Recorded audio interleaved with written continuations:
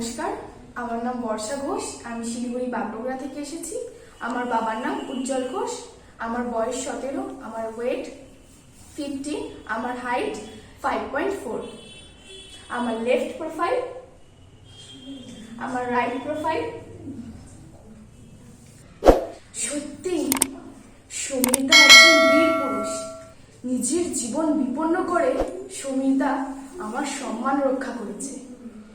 সমীরদাকে যদি আমি স্বামী হিসেবে পেতাম তাহলে আমি ধন্য হয়ে যেতাম। কিন্তু সমীরদা কি নিজের মনের মধ্যে আমার মতন মেয়েকে জায়গা দেবে? কেন দেবে না? আমি কি দেখতে খারাপ?